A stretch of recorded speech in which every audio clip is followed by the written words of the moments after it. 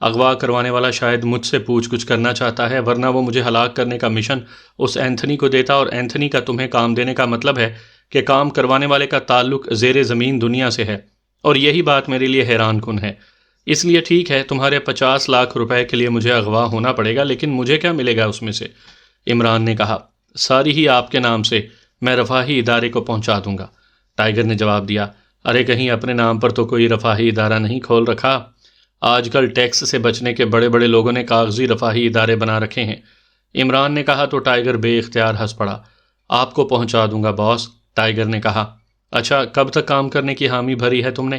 عمران نے کہا، میں نے تو اینتھنی سے 2 روز کا وقت لیا ہے، اب آپ جب کہیں، ٹائیگر نے کہا۔ بس صرف 2 دن؟ اس کا مطلب ہے کہ کوئی اہمیت نہیں ہے میری؟ میں نے تو سوچا تھا کہ تم نے اس سے 2-4 سال کی مہلت لی ہوگی۔ اوکے پھر آ جاؤ، اب 2 دن کا کیا انتظار کرنا، عمران نے کہا اور ریسیور رکھ دیا۔ ابھی اس نے ریسیور رکھا ہی تھا کہ کال بیل کی آواز سنائی دی اور عمران چونک پڑا۔ ارے اتنی جلدی؟ عمران نے اٹھتے ہوئے کہا اور پھر تیز تیز قدم اٹھاتا بیرونی دروازے کی طرف بڑھ گیا۔ کون ہے؟ عمران نے چٹخنی کھولنے سے پہلے اونچی آواز میں کہا، کیونکہ ظاہر ہے ٹائیگر تو اتنی جلدی نہیں آ سکتا تھا۔ ہمارا تعلق ایک رفاہی ادارے سے ہے جناب، ہم امداد کے حصول کے لیے حاضر ہوئے ہیں۔ باہر سے ایک نسوانی آواز سنائی دی۔ واہ، ابھی مال پہنچا نہیں اور رفاہی ادارے والے پہلے پہنچ گئے، اسے کہتے ہیں کوئک سروس، عمران نے مسکراتے ہوئے کہا اور کنڈی ہٹا دی۔ باہر ایک نوجوان لڑکی، ایک نوجوان لڑکا اور اس کے ساتھ ہی ایک قدرے زیادہ عمر کا آدمی موجود تھا۔ لڑکی کے ہاتھ میں ایک رسید بک تھی، لیکن عمران ان کے چہرے مہرے اور ان کے لباس دیکھ کر بے اختیار چونک پڑا۔ آپ کا نام علی عمران ہے جناب؟ لڑکی نے مسکراتے ہوئے کہا۔ جی نہیں، میرا نام تو سلیمان ہے، میں تو عمران صاحب کا ملازم ہوں، آئیے اندر آ جائیے۔ عمران صاحب ابھی آنے ہی والے ہیں، عمران نے مسکراتے ہوئے کہا اور ایک طرف ہٹ گیا۔ او ٹھیک ہے، اگر وہ آنے والے ہیں تو ہم ان کا انتظار کر لیتے ہیں، ہمیں بتایا گیا ہے کہ وہ رفاہی اداروں کو بڑی بھرپور امداد دیتے ہیں، لڑکی نے مسکراتے ہوئے کہا اور اندر داخل ہو گئی۔ اس کے ساتھ ہی خاموش تھے، البتہ ان کے ہاتھ مسلسل ان کی کوٹوں کی جیبوں میں تھے، اور جیبوں کا مخصوص ابھار بتا رہا تھا کہ اندر اسلحہ بھی موجود ہے۔ عمران انہیں لے کر سٹنگ روم میں آیا۔ تشریف رکھیں، ویسے آپ کا تعلق کس رفاہی ادارے سے ہے؟ عمران نے کہا۔ چیریٹی ہسپتال سے، لڑکی نے جواب دیا تو عمران نے اس بات میں سر ہلا دیا۔ میں آپ کے لیے چائے بنا لاؤں؟ عمران نے کہا اور باورچی خانے کی طرف بڑھ گیا۔ اس نے اسپیشل روم کا دروازہ کھولا اور اندر جا کر اس نے بے ہوش کر دینے والی گیس کا کیپسول ڈبے سے نکال کر جیب میں ڈالا اور پھر اسپیشل روم سے واپس آ گیا۔ ویری سوری، چائے کی پتی ہی نہیں ہے، اصل میں عمران صاحب ساری آمدنی تو رفاہی اداروں کو دے دیتے ہیں، عمران نے کہا اور اس کے ساتھ ہی اس نے جیب سے کیپسول نکال کر اسے فرش پر پھینکا اور ساتھ ہی سانس روک لیا۔ دوسرے لمحے وہ تینوں جو چونک کر کیپسول کو پھٹتے دیکھ رہے تھے، یک لخت لہراتے ہوئے کرسیوں سے نیچے فرش پر گر گئے۔ عمران مڑ کر کمرے سے باہر چلا گیا، اس کا رخ سٹور کی طرف تھا۔ جب سٹور سے وہ واپس آیا تو اس نے ہاتھ میں کلپ ہتھ کڑیاں پکڑی ہوئی تھیں۔ اس نے کمرے میں آ کر ان تینوں کے ہاتھ عقب میں کر کے ان کے ہاتھوں میں ہتھ کڑیاں پہنا دیں اور پھر ان کی جیبوں کی تلاشی لینی شروع کر دی۔ ان تینوں کی جیبوں میں سائلنسر لگے مشین پسٹل موجود تھے۔ اس نے اسلحہ نکال کر میز پر رکھا اور پھر ایک ایک کر کے اس نے تینوں کو کرسیوں پر بٹھا دیا۔ اسی لمحے کال بیل کی آواز سنائی دی اور عمران مڑ کر بیرونی دروازے کی طرف بڑھ گیا۔ کون ہے؟ عمران نے پوچھا۔ ٹائیگر ہوں باس، باہر سے ٹائیگر کی آواز سنائی دی اور عمران نے مسکراتے ہوئے کنڈی ہٹائی اور دروازہ کھول دیا۔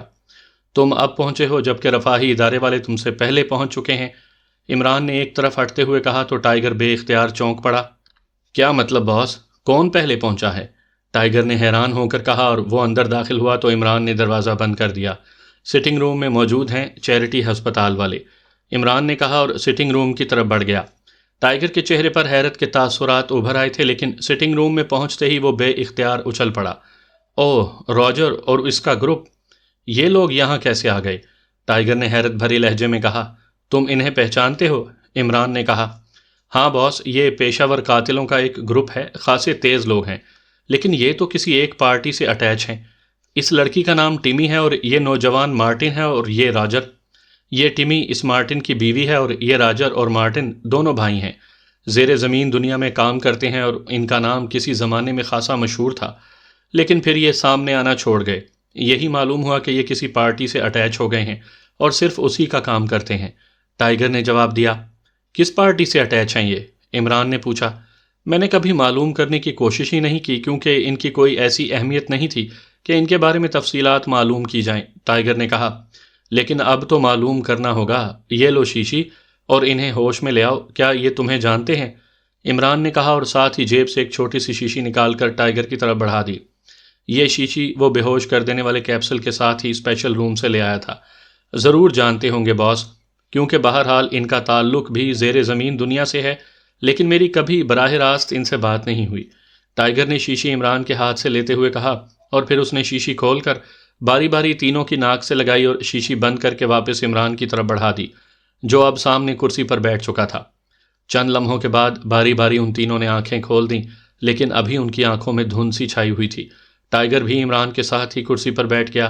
چند لمحوں کے بعد جب ان کا شعور پوری طرح بیدار ہوا تو ان تینوں نے ہی بے اختیار اٹھنے کی کوشش کی۔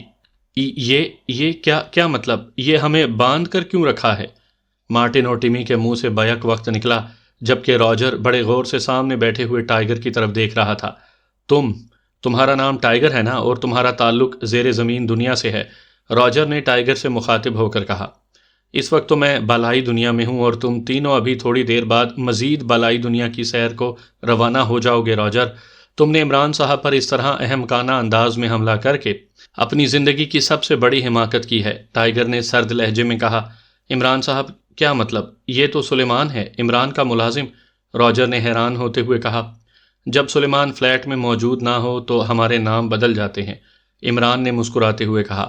تو تم عمران ہو؟ راجر نے ہونٹ بھینچتے ہوئے کہا۔ دیکھو راجر، تم اگر اپنی مارٹن اور ٹیمی کی زندگیاں بچانا چاہتے ہو تو سچ سچ بتا دو کہ تمہیں کس نے عمران صاحب کے خلاف ہائر کیا ہے۔ تم بہت چھوٹی مچھلیاں ہو، اس لیے تم جیسے لوگوں کو چھوڑا جا سکتا ہے، ٹائیگر نے سرد لہجے میں کہا۔ ہمیں نہ کسی نے ہائر کیا ہے اور نہ ہم نے عمران کے خلاف کارروائی کی ہے۔ ہم تو عمران صاحب سے ایک رفاہی ادارے کے لیے چندہ مانگنے آئے تھے۔ ہمیں بتایا گیا ہے کہ عمران صاحب رفاہی اداروں کو بھاری رقمیں دیتے ہیں۔ تم بے شک ان صاحب سے چاہے ان کا نام عمران ہے یا سلیمان پوچھ سکتے ہو کہ ہم نے ان پر کوئی حملہ نہیں کیا، بلکہ الٹا ہمیں بے ہوش کر کے یہاں باندھ دیا گیا ہے، راجر نے کہا تو عمران بے اختیار مسکرا دیا۔ کیا رفاہی اداروں کے لیے چندے مانگنے کے لیے تم تینوں کو سائلنسر لگے مشین پسٹل جیب میں رکھنے پڑتے ہیں؟ عمران نے کہا۔ یہ تو ہم اپنی حفاظت کے لیے رکھتے ہیں، کیونکہ بعض اوقات ہمیں اپنا تحفظ بھی کرنا پڑتا ہے، راجر نے جواب دیا۔ بہت خوب، تم واقعی خاص ذہین آدمی ہو۔ ٹائیگر نے مجھے بتایا ہے کہ تم آج کل کسی خاص پارٹی سے اٹیچ ہو۔ کس پارٹی سے اٹیچ ہو؟ عمران نے کہا۔ ہمارا کسی پارٹی سے کوئی تعلق نہیں ہے، ہم تو رفاہی ادارے سے اٹیچ ہیں، کمیشن پر چندہ وصول کرتے ہیں، راجر نے جواب دیا تو عمران بے اختیار ہنس پڑا۔ تو اب یہ زمانہ آ گیا ہے کہ رفاہی ادارے کے چندوں میں سے بھی کمیشن وصول کیا جائے، عمران نے کہا۔ باس، یہ راجر بے حد تیزی دکھا رہا ہے، میرے خیال میں پہلے اس کو گولی مار دی جائے، اس کے بعد مارٹن سے پوچھتے ہیں، اگر یہ بھی نہیں بتائے گا تو پھر اسے بھی گولی مار کر ٹیمی سے پوچھیں گے، ٹائیگر نے عمران سے مخاطب ہو کر کہا۔ رفاہی اداروں کے لیے کمیشن پر چندہ مانگنے والوں کو گولی مار دو گے؟ چلو، کمیشن اپنی جگہ پر، بہرحال یہ لوگ نیکی کا کام تو کر ہی رہے ہیں، عمران نے کہا تو ٹائیگر کے چہرے پر حیرت کے تاثرات ابھر آئے، لیکن اس سے پہلے کہ وہ کوئی بات کہتا دروازہ کھلنے کی آواز سنائی دی تو ٹائیگر بے اختیار چونک پڑا۔ سلیمان ہوگا، وہی باہر سے دروازہ کھول لیتا ہے، عمران نے کہا تو ٹائیگر نے اس بات میں سر ہلا دیا۔ تو پھر ان کا کیا کرنا ہے؟ ٹائیگر نے کہا۔ کرنا کیا ہے؟ ان کی زبان کھلوانی ہے، اصل پارٹی کا نام معلوم کرنا ہے، اور کیا کرنا ہے، عمران نے کہا۔ یہ کون لوگ ہیں؟ اچانک سلیمان نے دروازے پر کھڑے ہو کر راجر اور اس کے ساتھیوں کو حیرت بھری نظروں سے دیکھتے ہوئے کہا۔ یہ تمہیں قتل کرنے آئے تھے، وہ تو شکر ہے کہ میں نے اپنا اصل نام بتا دیا انہیں، ورنہ ملاقات کہاں ہوتی اور تمہاری جگہ میں بالائی فضا کو منتقل ہو چکا ہوتا، عمران نے مسکراتے ہوئے کہا۔ تو کیا فرق پڑتا ہے، میں آپ کا نام رکھ لیتا، بڑی بیگم صاحبہ تو ویسے بھی مجھے بیٹا کہتی ہیں، پھر عمران بیٹا کہنا شروع کر دیتی، سلیمان نے جواب دیا اور آگے بڑھ گیا۔ ٹائیگر سلیمان کے خوبصورت جواب پر بے اختیار ہنس پڑا۔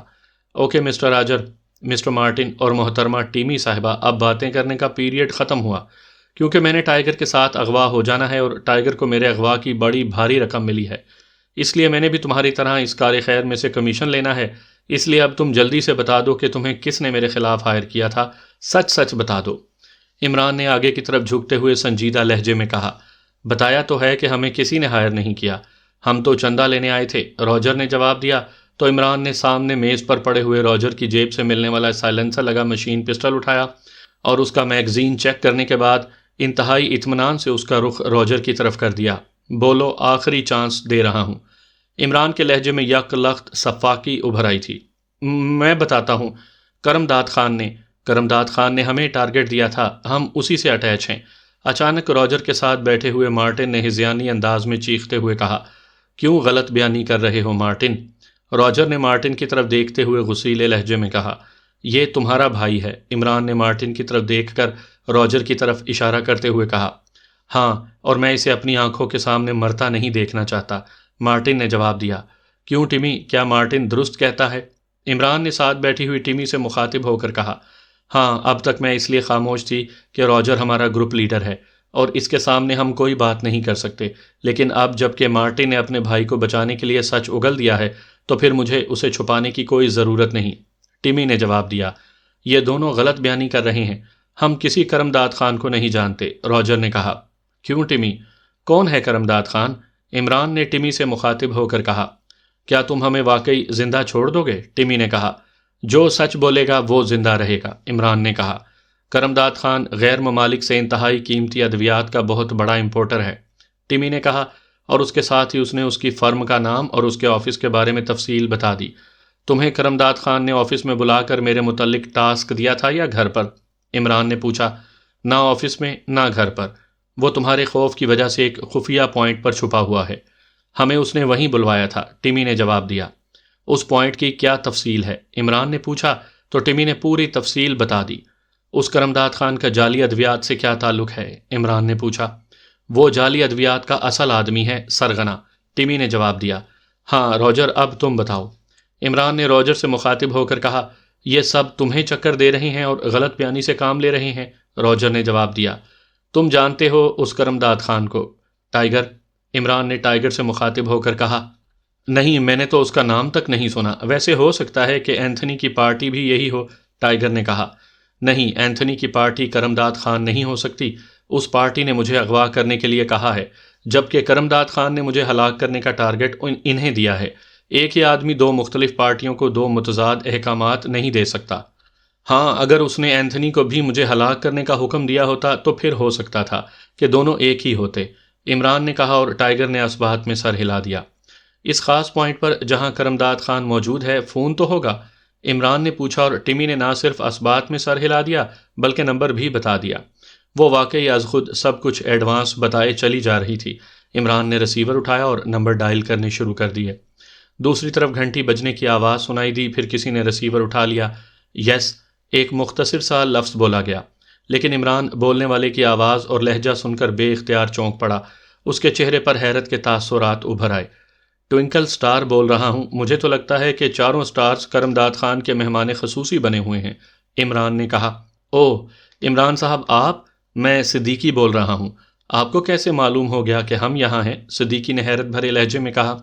میں نے تو کرمداد خان سے بات کرنے کے لیے فون کیا تھا، جواب میں تمہاری آواز سنائی دی، گو تم نے اپنے طور پر آواز اور لہجہ بھی بدلنے کی کوشش کی اور لفظ بھی ایک یعنی یس بولا، لیکن چیف ٹائپ مخلوق کی آواز تو میں ہزاروں میں پہچان لیتا ہوں، عمران نے جواب دیا۔ کرمداد خان سے آپ نے کیا بات کرنی تھی؟ صدیقی نے حیرت بھرے لہجے میں کہا۔ ظاہر ہے اب تمہاری وہاں موجودگی کے بعد تو اس سے بات کرنے کا کیا اسکوپ باقی رہتا ہے، تم نے خود ہی سب باتیں کر لی ہوں گی، تم وہاں کیسے پہنچ گئے؟ عمران نے کہا۔ کرمداد خان اور اس کی ساتھی عورت ہلاک ہو چکے ہیں، البتہ اس کا خاص آدمی رابرٹ زندہ ہمارے ہاتھ لگ گیا ہے، لیکن خاور شدید زخمی ہے۔ میں نے اسے چوہان کے ساتھ اسپیشل ہسپتال بھجوایا ہے۔ میں نعمانی کے ساتھ اس رابرٹ کو اٹھا کر کار میں ڈال کر اپنے ہیڈ کوارٹر لے جانا چاہتا تھا کہ مجھے اچانک اس کمرے میں پڑی ہوئی اپنی ایک چیز یاد آ گئی، چنانچہ میں وہ اٹھانے یہاں آیا تو فون کال آ گئی اور میں نے اٹینڈ کر لی، صدیقی نے وضاحت کرتے ہوئے کہا۔ کیا حالت ہے خاور کی؟ عمران نے انتہائی پریشان سے لہجے میں کہا۔ اس کی ٹانگوں میں گولیاں لگی ہیں، اس لیے بظاہر تو کوئی خطرہ نہیں، باقی اللہ مہربانی کرے گا، صدیقی نے جواب دیا۔ کیا وہاں باقاعدہ مقابلہ ہوا تھا؟ عمران نے پوچھا۔ ہم نے کرمداد خان کو تو آسانی سے گھیر لیا تھا، یہاں موجود اس کے آدمیوں کو تو ہلاک کر دیا تھا، پھر جب اس کرمداد خان نے بتایا کہ جعلی ادویات کا دارالحکومت اور نواحی علاقوں میں پھیلے ہوئے نیٹ ورک کا اصل انچارج رابرٹ ہے، تو میں نے کرمداد خان سے رابرٹ کو فون کر کے یہاں بلوایا۔ بظاہر تو اس کرمداد خان نے فون پر ایسی کوئی بات نہیں کی تھی، لیکن رابرٹ 10 آدمیوں سمیت یہاں حملہ آور ہو گیا۔ بہرحال ہم نے ان حملہ آوروں کو ہلاک کر دیا۔ اس دوران کرمداد خان اور ایک عورت سوسن اس کمرے میں تھی۔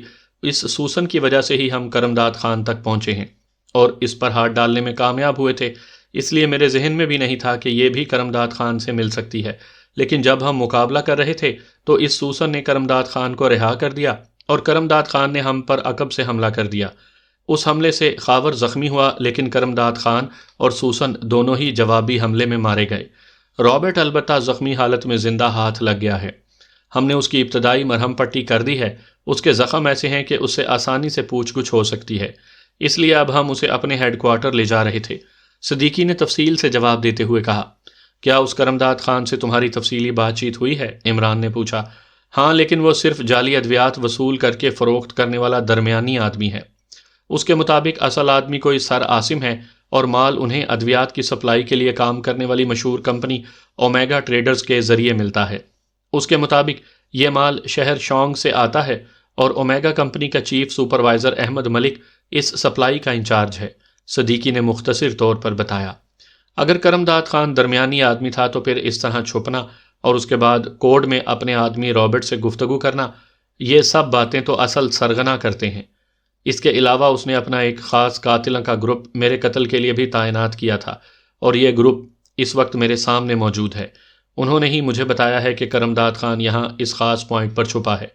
میں نے ان کی بات کو کنفرم کرنے کے لیے فون کیا تھا کہ تم سے بات ہو گئی، عمران نے کہا۔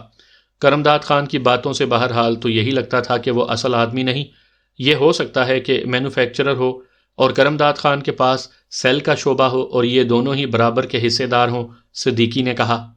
ٹھیک ہے، ایک اور پارٹی نے بھی مجھے اغوا کرنے کے لیے ایک آدمی اینتھنی کے خدمات حاصل کی ہیں، اور اینتھنی نے مجھے اغوا کروانے کے لیے ٹائیگر کی خدمات حاصل کی ہیں، عمران نے کہا۔ ٹائیگر اور آپ کو اغوا کرے گا؟ دوسری طرف سے صدیقی نے ہنستے ہوئے کہا۔ جب میں خود اغوا ہونے کے لیے تیار ہوں تاکہ ٹائیگر کو اغوا کرنے کے لیے ملنے والی رقم میں سے مجھے معقول حصہ مل سکے اور رقم بھی خاصی بھاری مالیت کی ہو، تو تمہیں کیا اعتراض؟ بلکہ میں نے تو ٹائیگر سے کہا کہ ہم دونوں مل کر دھندا ہی یہی کرتے ہیں، وہ میرے اغوا کی بار بار بکنگ کرتا رہے اور میں اغوا ہوتا رہوں۔ شاید اس طرح آغا سلیمان پاشا کے ادھار میں کوئی نمایاں کمی ہو سکے اور میں سکون کا سانس لے سکوں، عمران نے کہا۔ تو دوسری طرف سے صدیقی ایک بار پھر ہنس پڑا۔ ٹھیک ہے، پھر آپ اغوا ہو جائیں تاکہ اس دوسری پارٹی کا بھی پتہ چل جائے اور مشن کو انجام تک پہنچایا جا سکے، صدیقی نے کہا۔ نہیں، اب میں نے اغوا ہونے کا ارادہ بدل دیا ہے۔ جب 4 سٹارز کے اہم ترین لوگ اس سطح پر اتر آئے ہیں کہ ایک معمولی سے سیلز آفیسر کو اغوا کر رہے ہیں، تو اب میرا اغوا ہونا میری ذاتی توہین ہے۔ اس لیے اب مجھے اغوا کروانے والا اغوا ہوگا اور میں اس سمیت تمہارے ہیڈ کوارٹر پہنچوں گا۔ خدا حافظ، عمران نے کہا اور ریسیور رکھ دیا۔ تمہارا کرمداد خان ہلاک ہو چکا ہے، اس کی کوئی ساتھی عورت سوسن تھی، وہ بھی ہلاک ہو چکی ہے، اس لیے اب تمہیں مشن مکمل کرنے، میرا مطلب ہے مجھے ہلاک کرنے کی ضرورت نہیں رہی۔ اس کے باوجود اگر تم مشن مکمل کرنا چاہو تو دوسری کوشش کر لینا، عمران نے کہا۔ تو کیا تم ہمیں رہا کر دو گے؟ راجر نے انتہائی حیرت بھرے لہجے میں کہا۔ تم نے تو خواہ ضد کی، البتہ ٹیمی اور مارٹن نے درست باتیں کی ہیں، اس لیے یہ دونوں تو وعدے کے مطابق رہا ہوں گے۔ البتہ تم چونکہ مارٹن کے بھائی ہو اور مارٹن نہیں چاہتا کہ اس کے سامنے تم ہلاک ہو جاؤ، اس لیے میں تمہیں بھی رہا کر رہا ہوں، عمران نے کہا۔ باس، ٹائیگر نے حیرت بھرے لہجے میں کہا، انہوں نے اول تو مجھ پر حملہ ہی نہیں کیا، اور دوسری بات یہ کہ میں اپنی ذات پر حملے کا انتقام نہیں لیا کرتا، اور تیسری بات یہ کہ یہ بے بس ہیں۔ اس بے بسی کی حالت میں انہیں ہلاک کر دینا بزدلی ہے۔ ہاں، اگر یہ حملہ کر دیتے اور مقابلے میں مارے جاتے تو اور بات تھی، اور اگر انہوں نے دوسری کوشش کرنے کی حماقت کی تو پھر اس کا نتیجہ بھی یہ بھگت لیں گے۔ تم ان کے ہاتھ کھول دو اور انہیں فلیٹ سے باہر چھوڑاؤ، البتہ ان کا اسلحہ باحق سرکار ضبط ہو چکا ہے، عمران نے کہا۔ تو ٹائیگر سر ہلاتا ہوا اٹھا اور اس نے ایک ایک کر کے ان تینوں کی کلائیوں میں موجود کلپ ہتھکڑیاں کھول دیں اور وہ تینوں اٹھ کھڑے ہوئے۔ تم واقعی بے پناہ ظرف کے مالک ہو اور ہم تمہارے مقابلے پر بہت چھوٹے ہیں، لیکن آج تم نے حقیقتاً ہماری آنکھیں کھول دی ہیں، اس لیے نہ صرف یہ کہ تم پر آئندہ ہم کوئی حملہ کریں گے، بلکہ میرا وعدہ ہے کہ ہم آئندہ پیشہ ور قاتلوں والا دھندا بھی نہیں کریں گے، راجر نے باقاعدہ حلف کے انداز میں ہاتھ اٹھاتے ہوئے کہا۔ اسی لیے میں نے تمہیں رہا کیا تھا کہ باوجود موت کے یقینی خوف کے تم اپنی بات پر اڑے رہے، اور یہ خصوصیت عام لوگوں میں نہیں ہوتی۔ بہرحال مجھے خوشی ہوئی کہ تم نے یہ فیصلہ کیا، لیکن اس کے باوجود اسلحہ تمہیں نہیں ملے گا، تمہیں یہاں سے بہرحال خالی ہاتھ ہی جانا ہوگا۔ عمران نے کہا، میں نے یہ حلف اسلحہ لینے کے لیے نہیں اٹھایا تھا، اور نہ اب مجھے اسلحے کی ضرورت ہے۔ آؤ مارٹن اور ٹمی، راجر نے کہا، اور پھر آخر میں اس نے ٹمی اور مارٹن سے کہا جو اٹھ کھڑے ہوئے تھے، اور وہ تینوں ایک ایک کر کے دروازے سے نکل کر راہداری میں پہنچ گئے۔ ٹمی بار بار مڑ کر اس طرح عمران کی طرف دیکھ رہی تھی جیسے بچے کسی عجوبے کو دیکھتے ہیں۔ ٹائیگر ان کے پیچھے راہداری میں چلا گیا تھا۔ عمران نے ریسیور اٹھایا اور تیزی سے نمبر ڈائل کرنے شروع کر دیے۔ رانا ہاؤس۔ رابطہ قائم ہوتے ہی جوزف کی آواز سنائی دی، جوزف تم اور جوانا دونوں تیار رہو، میں ٹائیگر کو تمہارے پاس بھیج رہا ہوں۔ تم نے ٹائیگر کے ساتھ جا کر ایک آدمی کو ایک کالونی سے اغوا کر کے رانا ہاؤس لانا ہے، عمران نے جوزف سے کہا۔ یس باس، جوزف نے جواب دیا، اور عمران نے ریسیور رکھ دیا۔ اسی لمحے ٹائیگر واپس آیا۔ اب کیا پروگرام ہے باس؟ ٹائیگر نے کہا۔ تم رانا ہاؤس جاؤ، میں نے جوزف اور جوانا کو کہہ دیا ہے، وہ تمہارے ساتھ جائیں گے۔ تم جا کر اس اینتھنی کو اٹھا لاؤ، اس سے اصل آدمی کے بارے میں معلوم ہوگا اور پھر ہم اس پر ہاتھ ڈالیں گے، عمران نے کہا۔ یہ کام تو میں جوزف اور جوانا کی مدد کے بغیر بھی کر سکتا ہوں، اینتھنی مجھ پر بے حد اعتماد کرتا ہے۔ ویسے اگر آپ کہیں تو میں اسے رانا ہاؤس لے جانے کے بجائے اس کے آفس میں ہی اس سے اصل پارٹی کے بارے میں پوچھ سکتا ہوں، ٹائیگر نے کہا۔ چلو ایسا کر لو، پھر اصل پارٹی کو جوزف اور جوانا کے ہمراہ جا کر اٹھا لانا۔ رپورٹ تم نے مجھے ٹرانسمیٹر پر دینی ہے، عمران نے اٹھتے ہوئے کہا، تو ٹائیگر بھی اٹھ کھڑا ہوا۔ آپ اب کہاں جائیں گے؟ 4 سٹارز کے ہیڈ کوارٹر؟ ٹائیگر نے کہا۔ ہاں، تاکہ رابرٹ کے ذریعے اس سارے سیٹ اپ کو معلوم کر کے سپر فیاض سے کچھ نوٹ وصول کیے جا سکیں، عمران نے کہا۔ تو ٹائیگر بے اختیار مسکرا دیا اور پھر تیز تیز قدم اٹھاتا بیرونی دروازے کی طرف بڑھا۔